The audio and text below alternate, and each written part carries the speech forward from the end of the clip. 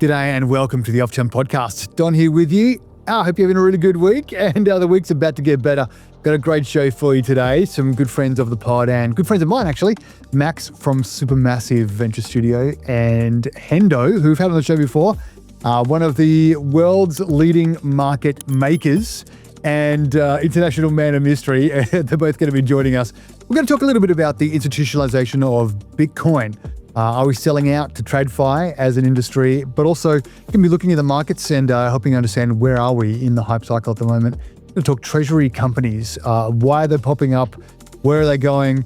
Going to talk a little bit about Ethereum and Bitcoin, really looking at the markets this week. Should be a really interesting show with two gigabrains. So let's dive in.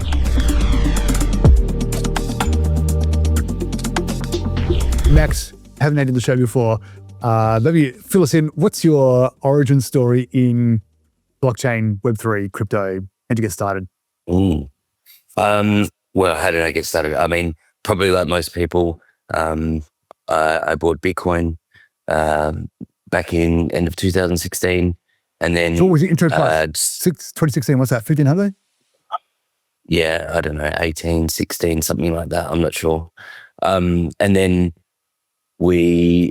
obviously joined the communities around Australia. So going to all the meetups, attending all that sort of stuff and meeting all the people building. So for that 2017 style, moved a little bit. I think I met you around that time actually, and I moved a little bit into alts. I was not really a big alts person, but you were like one of the first real Bitcoin maxis I reckon I ever met. And at the time, I was not. It was the ICO boom, so I was like, "No way, man! Bitcoin's doing nothing. Yeah. Let's get that 80,000x." I did that. I mean, I probably did use terms like in it for the tech and think all the things back then. Getting into things like some of the Australian projects that were doing some eco sort of friendly stuff, which it resonated with me, but. Luckily it was 2017, so it didn't really matter what you bought, you made money, and then I converted all that back to BTC and then just really focused there for a long time, and had other businesses, in sort of furniture and interior design and things like that, and focused heavily on there, but never left the space. And then started working within Web3 again, helping build projects, which is really something that I like doing in and out of Web3, where, especially startup space with projects looking to work out how to get from an idea to a real product. And crypto obviously is the space where that happens the fastest, and, you either make it or you break it really quick. So I found that space really exciting. And there was obviously a lot of people working in the area that were doing some really great things. And that's when I sort of, I guess, moved more into what I would, I like to feel like it's a tech space rather than a crypto space. It's obviously crypto, but, the Bitcoin and crypto separation is still there for me. So then, I worked a faculty group with both of you, and worked in incubation acceleration under a project called Ethos, which was good, and had a lot of lessons learned there, and just worked with some great people. And now have started a VC called Supermassive, and we work with a lot of projects. We invest in not a lot of projects. We invest in projects that we've over the years. I've worked out a strategy that works just for me, which is really around founder success and seeing if a founder is going to make it and just backing them and helping them grow. And idea comes second. It's the founder for me. So that's been the journey so far. It's been a fair few years in the space, and it's been quite I really love it. I wouldn't do it if I didn't like it, because it's a tough space. Yeah, it is. And Hendo, you were actually one of the very first guests we ever had on this show. We're coming up on 8 seasons in now, and we haven't had you back since, but we said we would. What have you been up to the last couple of years? Well, I think since the last time we spoke, we are just seeing a lot of maturity in the market. To make a very tangible example there, we can quite successfully package the standard Aave yield as an SPV and successfully sell it to people and raise money through that mechanism. So I'd argue the biggest change since should be 2 years since we last spoke, or at least since I was last on the podcast.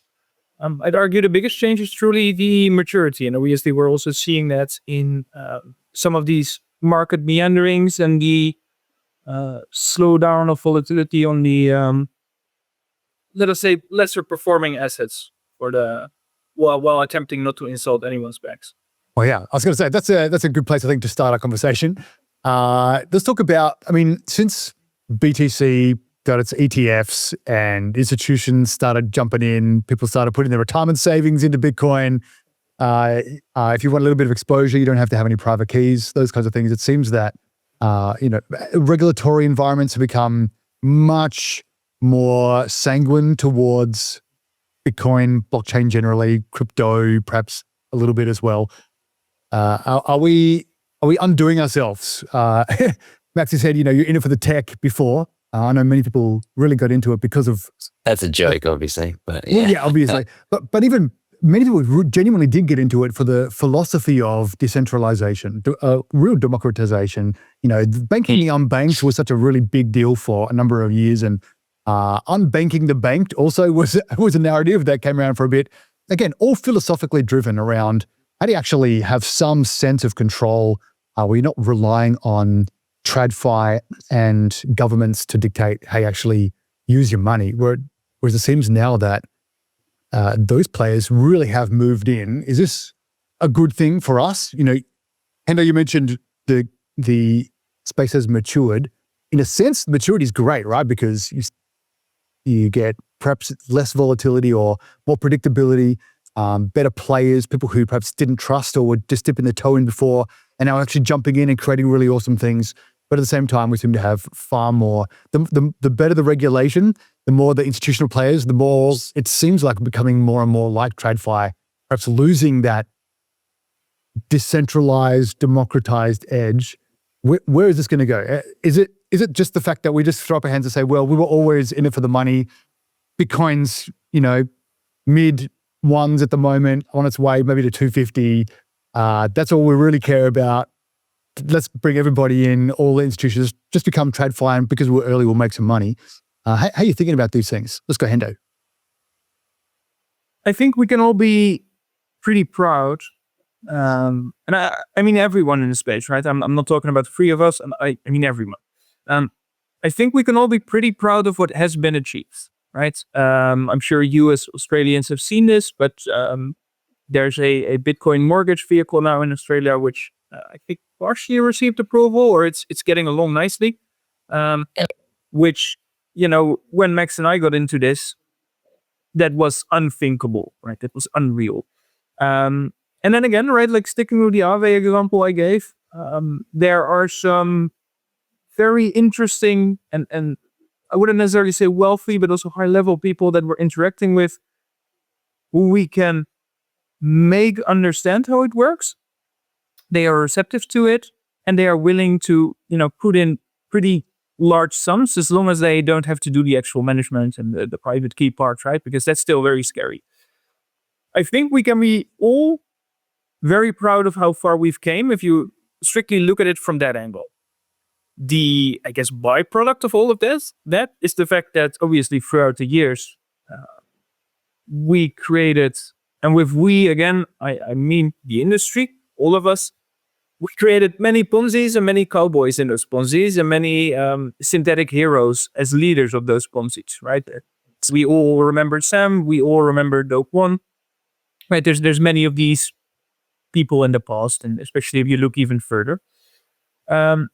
And I would argue that we're losing that part, right, in the process. Not necessarily only the Ponzi's, right? Because it's good that we lose those. It's good that we lose the cowboys that come with Ponzi's, and then I think we can all be pretty happy about that. But we're also losing the part of the traditional cycle where your only goal was to outperform the cycle with your given holdings, right? Because there are quite a large amount of coins at this point, or quite a large amount of tokens that are never going to run again, right? And that is very different from how it used to be, right? It used to be that everything was going to move. Your only joke was to kind of get into the top 500 of what was going to move, and that was pretty okay. Especially as an institution, you were kind of aiming to deploy capital there. And nowadays, there's many things that go to markets. There's many things that go through a cycle that never end up doing anything, right? Like anything positive from a price perspective. And that's what you're losing in the process of maturity, right? So indeed, as you kind of implied, it's getting more efficient. There's more institutional involvement. So there's less useless capital rotation as we've seen in the past.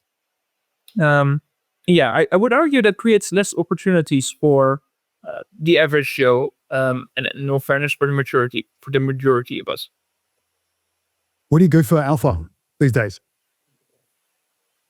Without giving away your secret stash, but just in general, what do you find? Because like you said, back in 2016, 17, there were really only a couple of outlets, and most people really knew the about 1,000 players that were really in the movers and the shakers. And so if you got into the smaller rooms, you had phenomenal alpha. Whereas these days, there are many, many, many rooms, and you might not know a founder or a whole group of founders at all. How are you going about thinking about or getting alpha? Well, the painful part there is that because this is not the popular answer, right? Like, this is not really going to help people. But if I look at the firm, then there was a lot of alpha happening back in the days. And indeed, as you implied, a lot of backdooring as well, which allowed us to extract value from that. And I'd argue that nowadays, the money we make has shifted from that side of things, right? So from the alpha side of things, much more towards packaging traditional finance products and having fees over that. And surely there is some alpha left, especially as a trading firm, but we're not seeking it anymore in those kind of small caps that outperform with a 10, 20, 50x. But we're more so seeking it in the basic volatility of ETH, for example. If you structure a reasonable financial product around that, you can quote quite good yields. And, to put it very simple, if you make 100x on your 10K, that's $1 million. But if you manage to make 10% on 10 million of external LPs, that's also $1 million, right? So we're, in the process of market maturity, we're also approaching this very different as a company. Yeah. How about for you, Max? How's that matured as you've gone from stacker to VC? Yeah. Okay. In this cycle, it is different. Obviously, I don't think the outcome is necessarily different in the end. I think that we're introducing a new set of, holders. Potentially they have a different vehicle of getting in, but and they have a different appetite for risk, right? So their volatility, their acceptance of volatility is much different to what we have had in the past cycles, and what we're kind of used to as well. Having said that, everyone that's gone through cycles have always, had the gut-wrenching feel at the lows, and it's come back, every time, and we've always, gone, we did the right thing. But having said that, at the time, it was quite hard, and as you go through cycles, you become less inclined to want to stomach the same percentage on on the new stack or on the same stack. But with I think I chat with a lot of projects that are building in Bitcoin space, but then also in the just general crypto landscape. Definitely, it has changed in terms of like the VC side. Equity has become it's become much more mature. Tokens are not really that interesting to a lot of investors unless we're talking like tier 3s, maybe tier 2s. Whatever they call themselves tier 1, tier 2, tier 3, but most of them are tier 3 and 4. Let's be honest. And it's like, so when we a lot of projects raise more around the, with the lifespan of a 5 to 7 year investment from these investors. So from that perspective, I think it's changed. From the community sort of, or like from the retail side coming into crypto, I think they have, as I said, they have less tolerance for volatility. And so these vehicles that people are using, I think when they blow up, and I think Hendo and I would be interested more in Hendo's perspective on some of these things. But when they blow up, I think the blow up is different. It's not Terra Luna blow up, and it's not, Celsius BlockFi blow up, or FTX blow up. It's more the stomaching of volatility. They don't go to zero, but they go down much more than any of these retail investors have ever experienced in their life. Potentially say it's not 80%, say it's 50% or something, and they freak out. And I think that is still, the same thing is going to happen this time, is my opinion. I'm hoping, on some level, because I always would, I want to be here for the next cycle as well.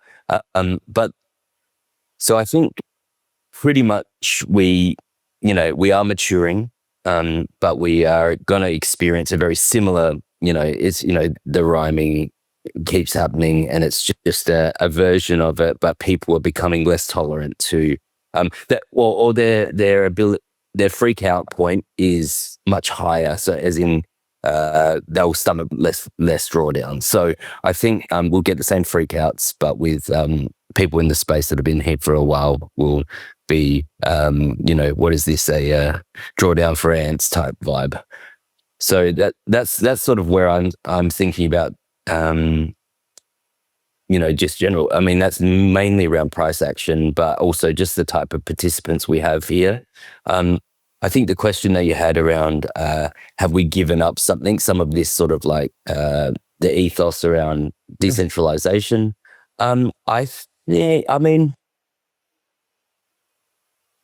think cheering for it does give up some of that, but these people were never part of that movement. They were the people that came later, or not even necessarily later. They came in here with the idea that they were going to be millionaires or billionaires or whatever the level is.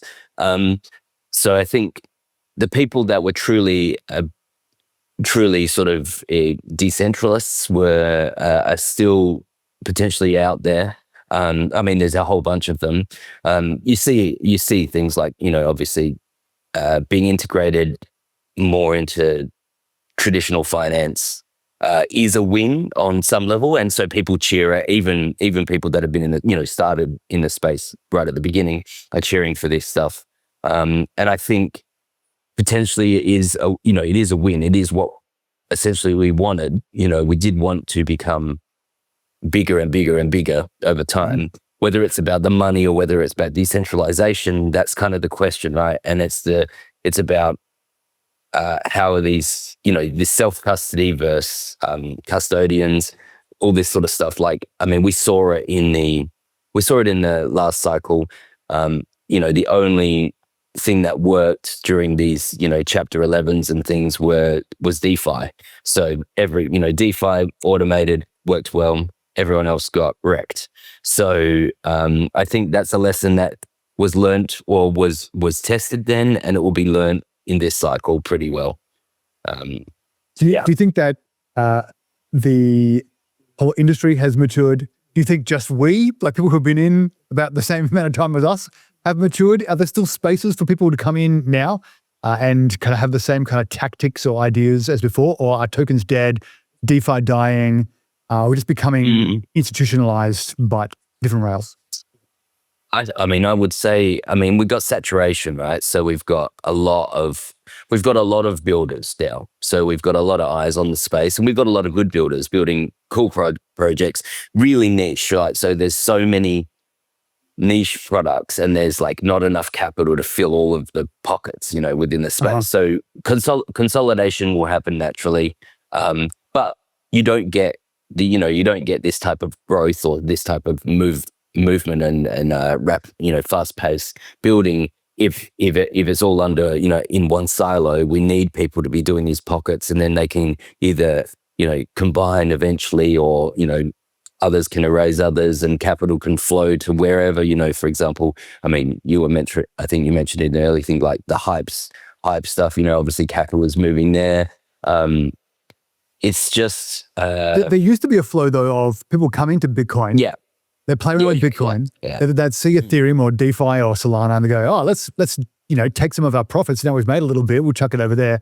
But with ETFs and institutional adoption of BTC, I don't think any of that is coming over into there's no growing liquidity pool there, just people, again, stacking sats. That's going to change the whole industry. For me, that's the calculus. We just haven't, yeah. What do you do? We just haven't seen the rotation yet. We just haven't seen. So the rotation will happen. I think that the cycle length and things is very different. As in, maybe the alt season, previously, if we looked at, the rotation from BTC to ETH and then moving out the risk curve, I think that that was maybe more linear, and there was like a more focus within alts, and people had their own keys too, and so they weren't just buying an ETF. Yeah, had to just buy Bitcoin and leave it there. I still think it comes. I think on some level it comes. I don't think it necessarily is as explosive, but or maybe not as broad, right? But there's always going to be there's going to be one of these catalysts that kick off something within the space, and it will focus in an area, and everyone will say it didn't happen, but that's just because they didn't hold that token. I mean, it happened. It always happens. Pump did their thing, like not the launch that's happened, but the actual use of Solana as a use case and as a revenue generating product. It happened. It was not where maybe I was, so it didn't happen for me, but it happened for some people, and a lot of people actually. And then this cycle, there'll be another one. And there is already another one, and there'll be quite a few. So, but I'll let Hendo jump in because Hendo, where is the hype at the moment, Hendo?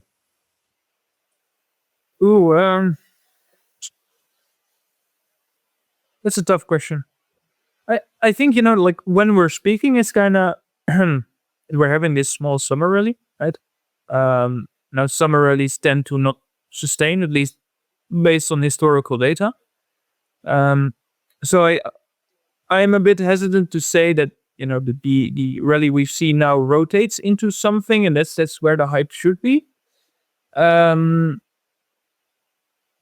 from that angle, I'm more so looking at Q4, or we are more so looking at Q4 in terms of what is going to run. I think, and on that end, I agree with Max. There will be things that will run. That's just innate human nature, right? Like that. From that perspective, it doesn't even have to be crypto. I mean, we all saw Tesla, we all saw Nvidia, right? Where the Nvidia run was a little bit more quote unquote legitimate than Tesla, right? Because I think Tesla at some point added $1 million in market cap for selling a 50K car, something along those lines, right? Like, yeah, it was the probability of future Tesla. Yeah. So I think it's difficult to really pick where it's going to happen, and I think that's also very indicative of that institutional adoption that we're talking about here, right? Because again, like in light of what we just discussed, I kind of remember 5-6 years ago chatting with people and chatting about what they made and chatting about what I was making. And, if someone said, well, I captured a 10x on that, then it could be perfectly the case that the 10x they were talking about, or the 20x or 50x or whatever, I never heard of that token, right? Like that could be a perfectly viable discussion to have, right? And all of us are practically full-time this. So, we're much more ingrained in the industry than a lot of people who are not actually paid to be here. So I'd argue that it's somewhat weird if we don't know about a token that goes up so much. But nowadays, I don't have those conversations anymore, right? Like, yes, there's still things that go 10, 20, 50x, hype, fartcoin, right? Like that, there's plenty.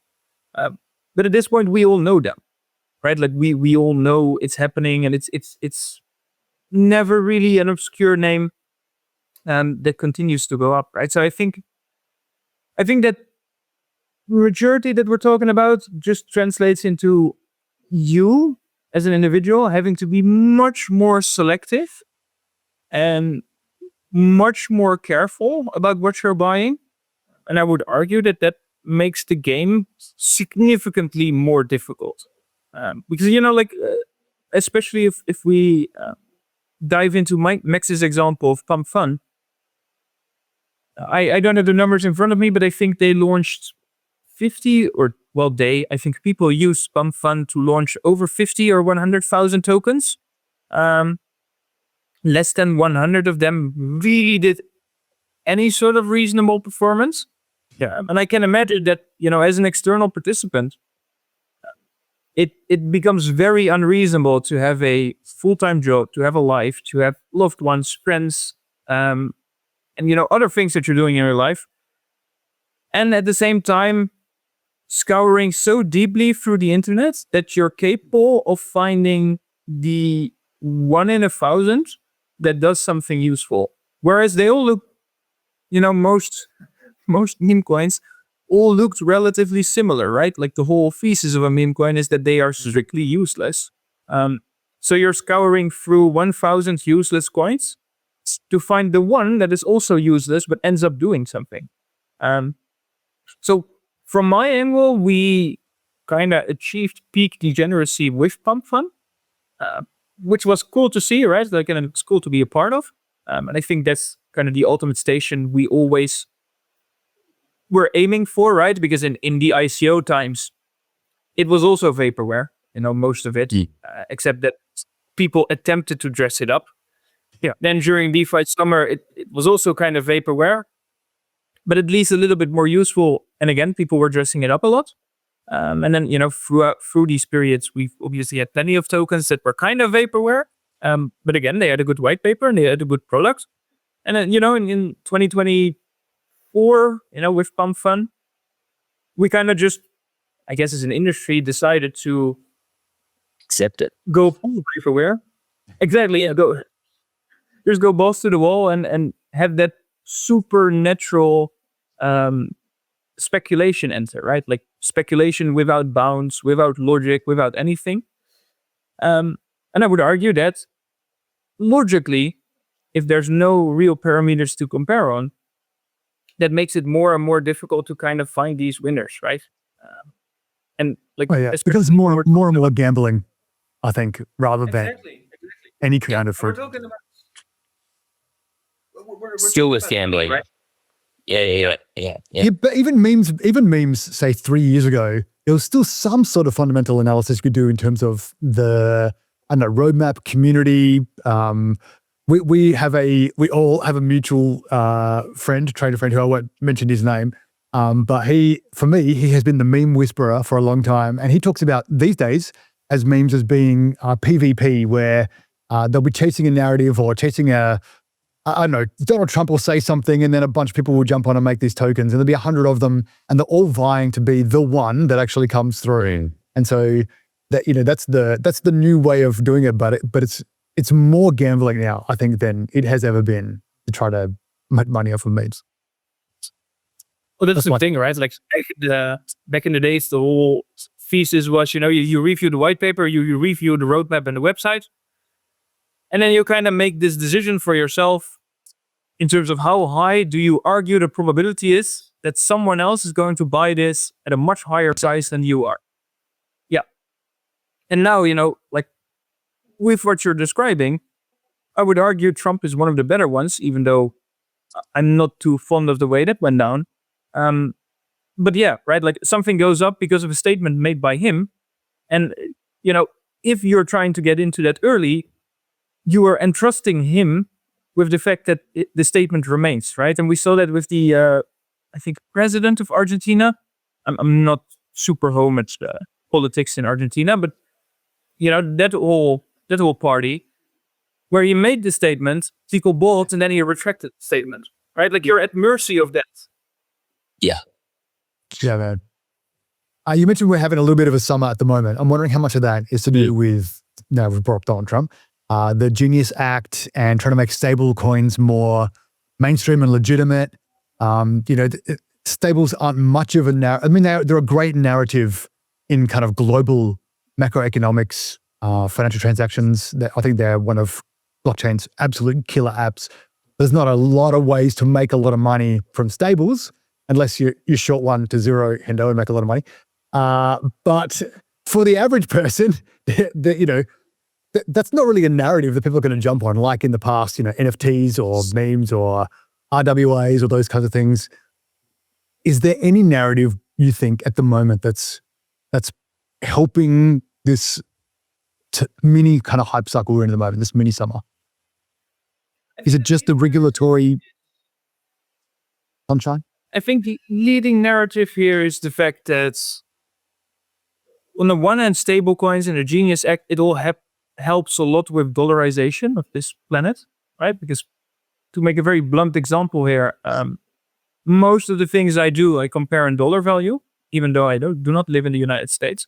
And you guys will probably recognize the same thing where a lot of things are dollarized in your head, except that you're not even. We use Aussie dollary doos here all the time. Yeah. No, you're right. Every quote we put out is in US dollars, always. Yeah. Everything is denominated in USD. Yeah. And obviously anything that helps that mechanism of dollarization, fits perfectly into this narrative, right? And I'd argue that's a part of why Ethereum is currently doing pretty well. But obviously a lot of stablecoins are minted on Ethereum. The majority, I think, is still. So that helps. And then the fact that you can actually genuinely do things with these stable coins on the Ethereum network, right? Again, I like Aave. This is a super simple example. But that's probably tying very nicely into the Genius Act. And it's I think that is the current narrative we're looking at, right? Where we're seeing these networks like Ethereum, who, without really being built for it, they kind of support dollarization of this planet. And, logically, the United States is pretty excited about that. Because, the more the dollar is mainstream in the world, the better for them. Yeah. Looks like my camera's frozen in a really great manner. It's like my passport photo. From I might just touch on that as well while you're frozen the time. Ethereum moving, I mean, like,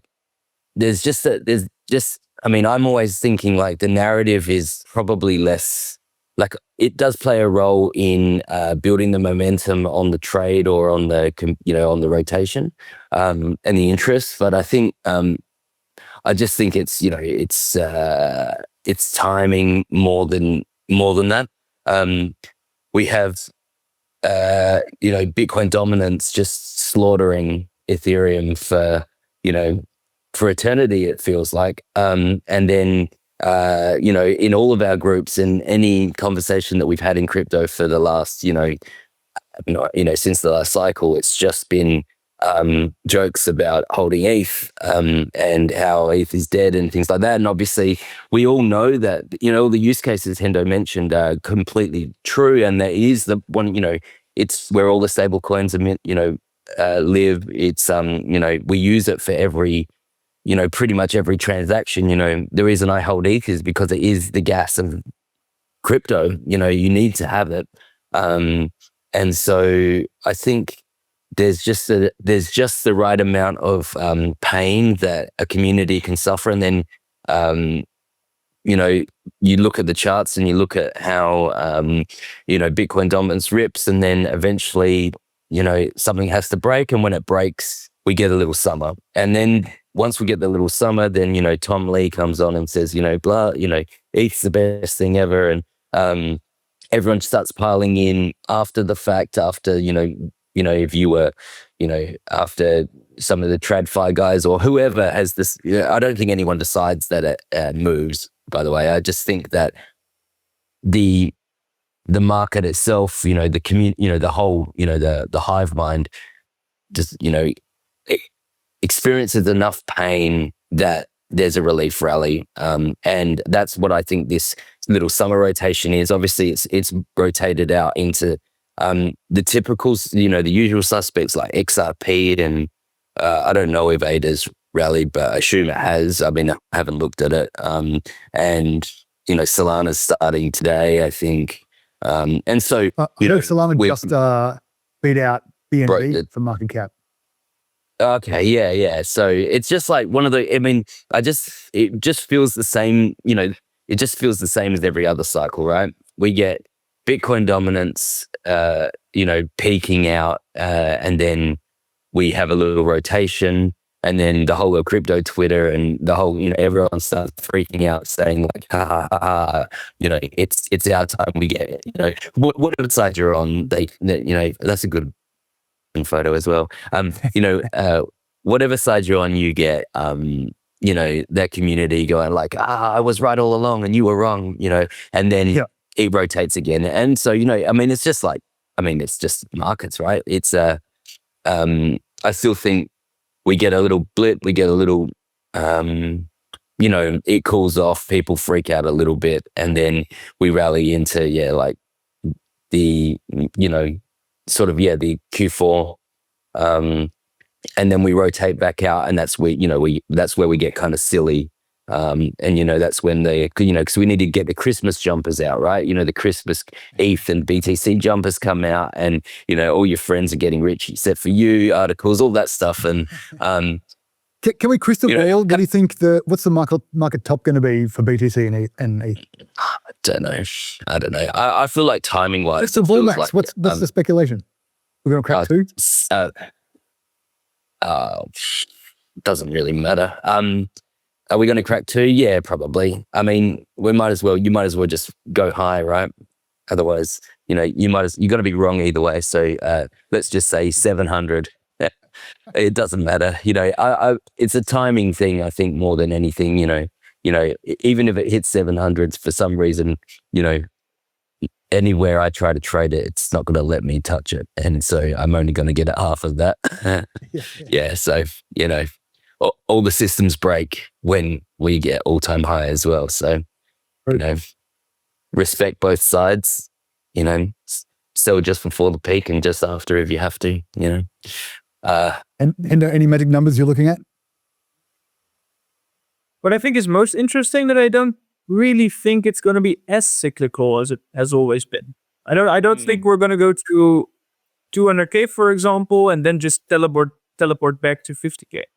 I don't think we're really going to see that anymore, right? I think we're going to see more index style grinding, right? Where absolutely you still see, the occasional minus 40%, right? Like, because I know fairness, traditional markets do that as well, right? Like in a perfect storm. But I don't think we're going to see a minus 40%, every 2 years out of the sake of the cycle, right? So I wouldn't argue that there is a very logical stuff. But like if we're spitballing numbers, then I would be pretty happy if dominance kind of stayed where it is. And we move to 150, and then we kind of start struggling from there, and then maybe go back to 100 from there. Because I do want to emphasize, right? Like it has kind of been bull market for a pretty long time now, right? Like longer than what we're used to. So I'd be okay with 150. I wouldn't. I'm not as adamant about 200 or 300, at least not this year. But again, given that I kind of believe in some form of index grind, I wouldn't be surprised about 200. Maybe not necessarily next year, but year after, that wouldn't surprise me either. Yeah. I'm more of a timing guy. I think more. I would feel like if we were, I'm eyeing around mid to late October, and I know that lots of people are saying that we're getting the extended cycle, and maybe looking at all the stuff that everyone's looking at, M2 and all this sort of stuff. I think I'd be interested. We probably need there might be some other topic that you want to bring this into, but the Treasury stuff.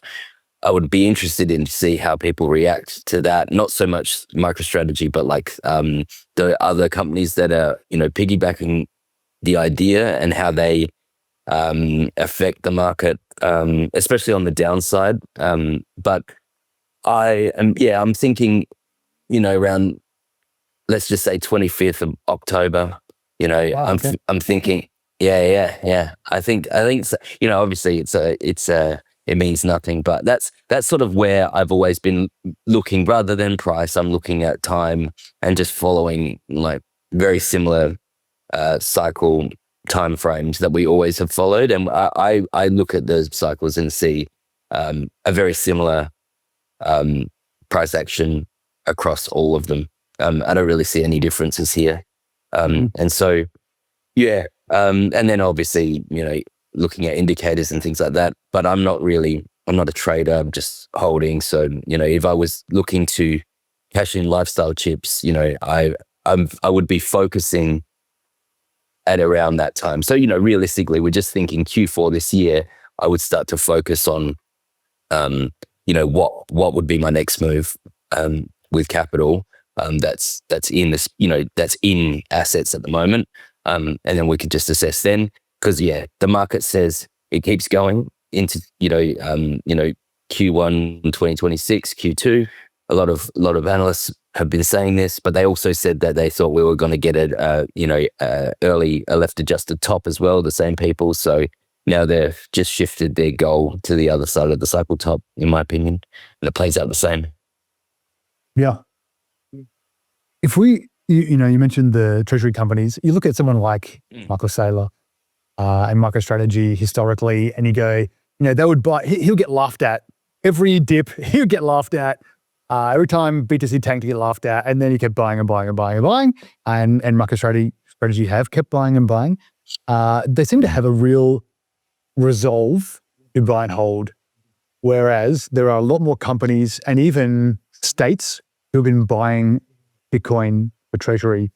And it makes me think, this is on the one hand great because it's causing buy demand and buy pressure. That money is not necessarily then filtering into the rest of the market. So there's a caution for me there in terms of liquidity, but also just the resolve. What happens when, if there is like a 20%, 40% correction and people start getting laughed at, like Saylor got laughed at, but didn't have his resolve and belief in Bitcoin, or they get shareholders coming to them saying, hey, where's our, what are you doing with our money? Are we going to see the price start to compound and, the price drop start to compound as these people kind of lose resolve and start to sell? What are your vibes on these kind of treasury companies popping up everywhere and buying Bitcoin? Do you want to go, Hendo, or you want me to take it? No, sure. Happy to chat about that.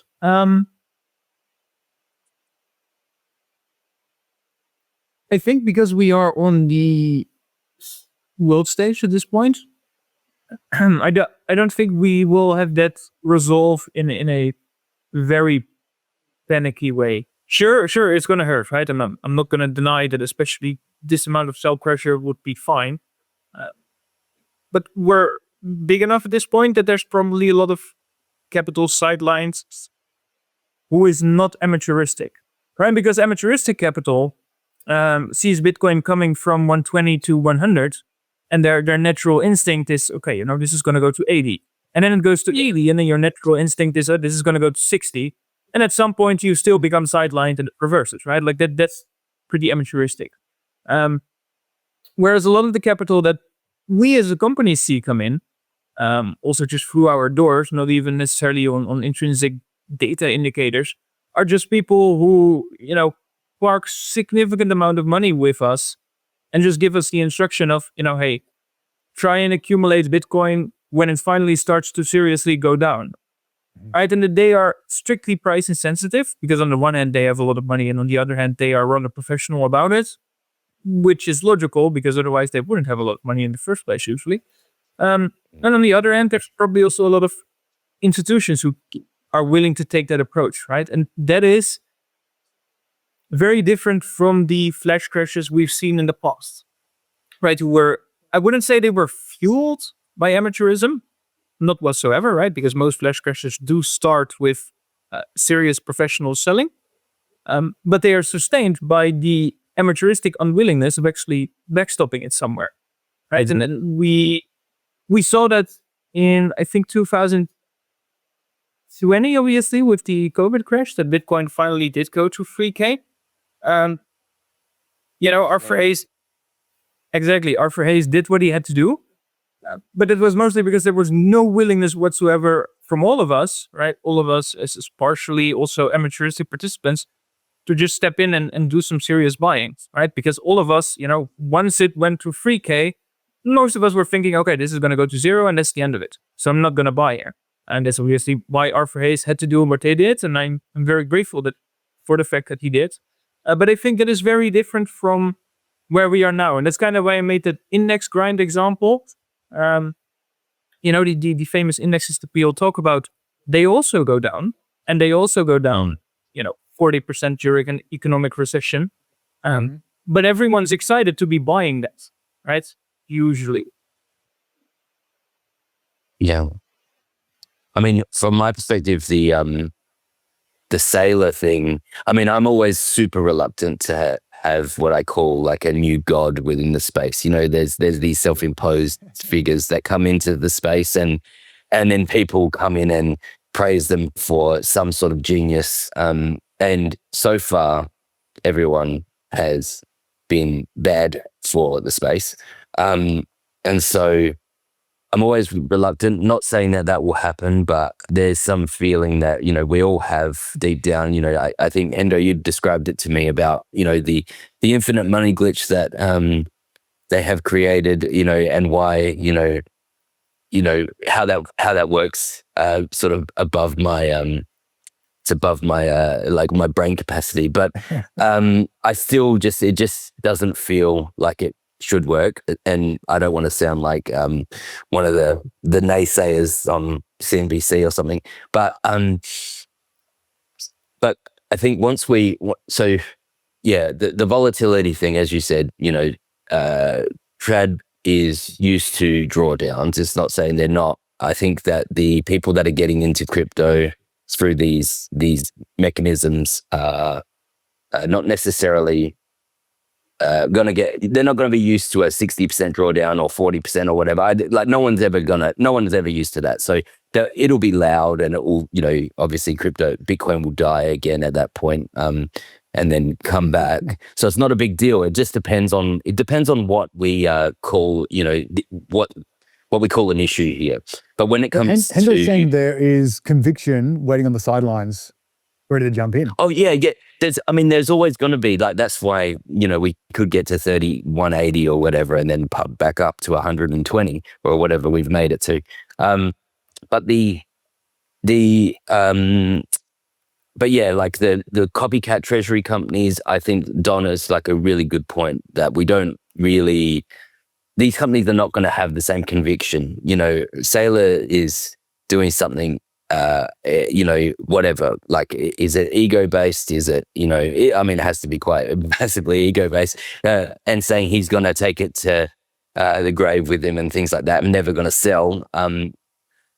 So there's that side of things. They always have the option to, sell to, say, a nation state at one day, if they needed to, could package it up and in some form, and OTC to Venezuela.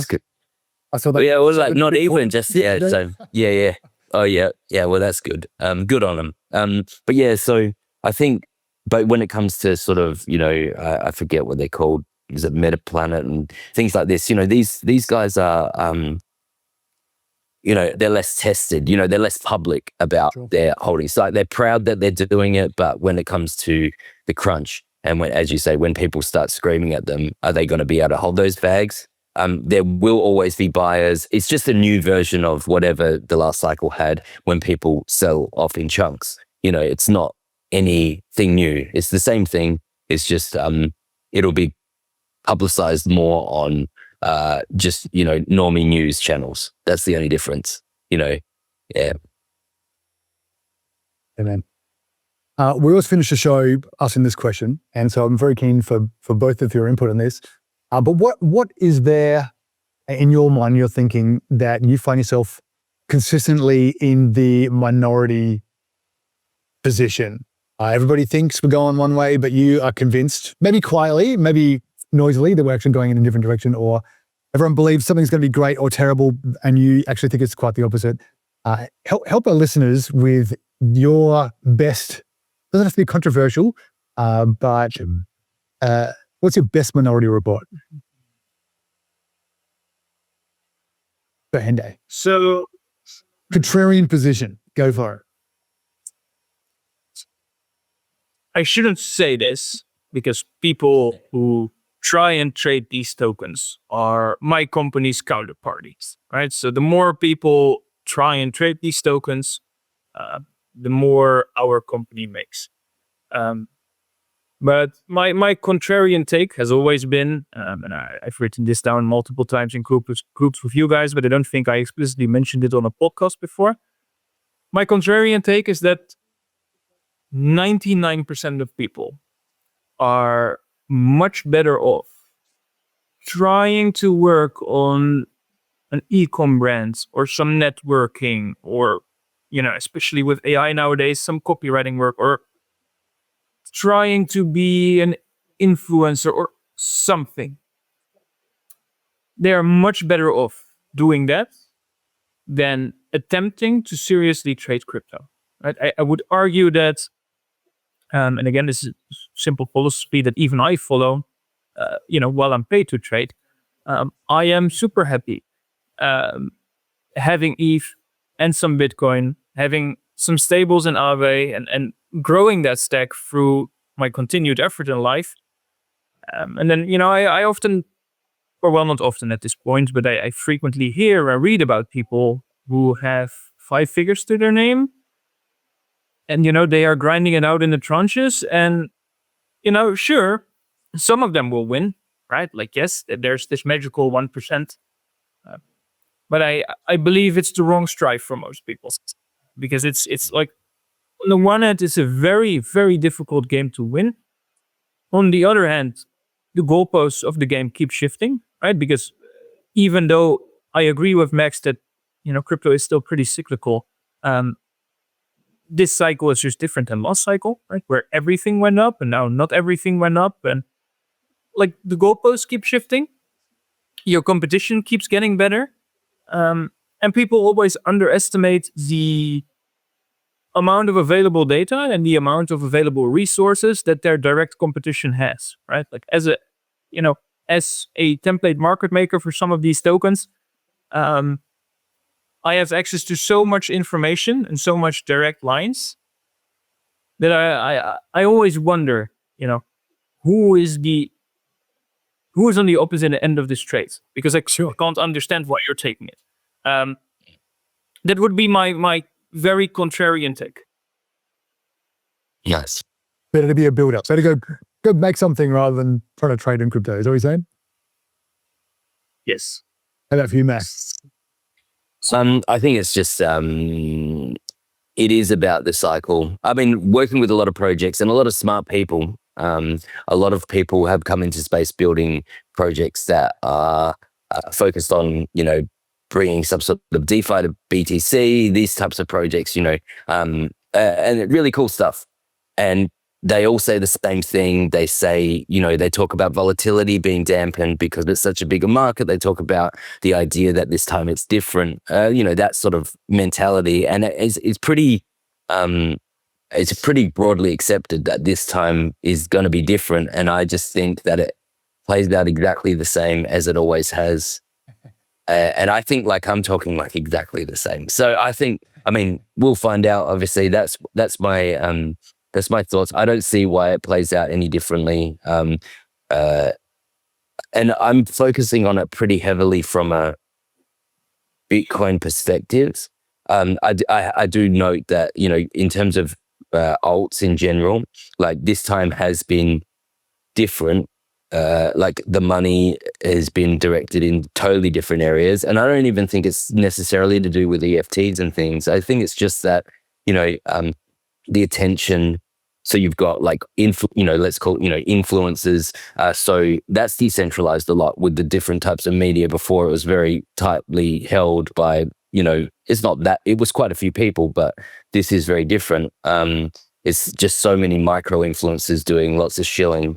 And so there's no one knows what to buy. They all got burnt, and all the VCs held on to tokens for, I feel like 4 years before they launched, and then they all went to zero immediately. And so I think the focus is more on like concentrated plays. And so we get a lot of people like in the pump.fun era, we get a lot of people playing in those spaces, but they don't make money and then rotate into other things like they have last time. So I think although those things feel different, I consider that a very much the same thing. The DeFi summer thing was a concentrated play as well. So I think basically we play out exactly the same. All the projects that are relying on the fact that volatility is going to be dampened to 20, 30, 40%, they're going to get wrecked, and they're all going to shut shop. And then we'll start the cycle again like we do every, however long, in another 2 years. This time it's different, man. Every single cycle, play the same. This time it's different. Yeah. Exactly. I mean, maybe things are different. Like if you go back to 2016, 17, some people trusted Tether, and others like myself, I had zero trust in Tether, and that actually ended up costing me quite a lot of money. Whereas now I have a lot of trust for stables. And so, that could be... I have no trust in any of it. Well, I mean, compared to 2017, for example. Totally. I mean, what we're saying is ultimately it is still cycling. Yeah. There is less anxiety in holding these assets. They've been tried and tested, and, when the president's like saying, thank you, Paolo, you feel a little bit safer. But yeah, I think, that's my, I don't think it's that contrarian really, but I think that's my, I think same. This time it's not different. And this time it's not different. And instead of, at 10,000, meme coins going to zero and disappearing, it'll be projects. So. Gotcha. Well, thanks, Ben, for joining today. Really, really appreciate your insight. And again, a little bit of crystal balling, even though you're both pretty hesitant to do so. If people want to find you online or hear more from you online, where can they find you, Max? You can find me, what is it? I don't even know. I think you can find me on Twitter. It'll be Decimal Group, and Supermassive is the VC. So that's Supermassive_IO. How about you, Hendo? I'm still not a public figure. I'm pretty happy with where I am. So don't find Hendo online or in person. Oh, good on you, man. He's a wise man. Yeah, that's exactly right. I look forward to chatting again, and look forward to seeing your non-predictions come true. Thanks for joining us again this week. I hope you enjoyed this episode. We love bringing you great guests like Max and Hendo, and hope we've inspired you to think more about Web3, about blockchain, about Bitcoin, about the future, and how we might be building it together. Please like, subscribe, or better yet, share this episode with a friend and help us spread the word. And join us again next week for another great episode of Off Chain with me, Don. And until then, take care.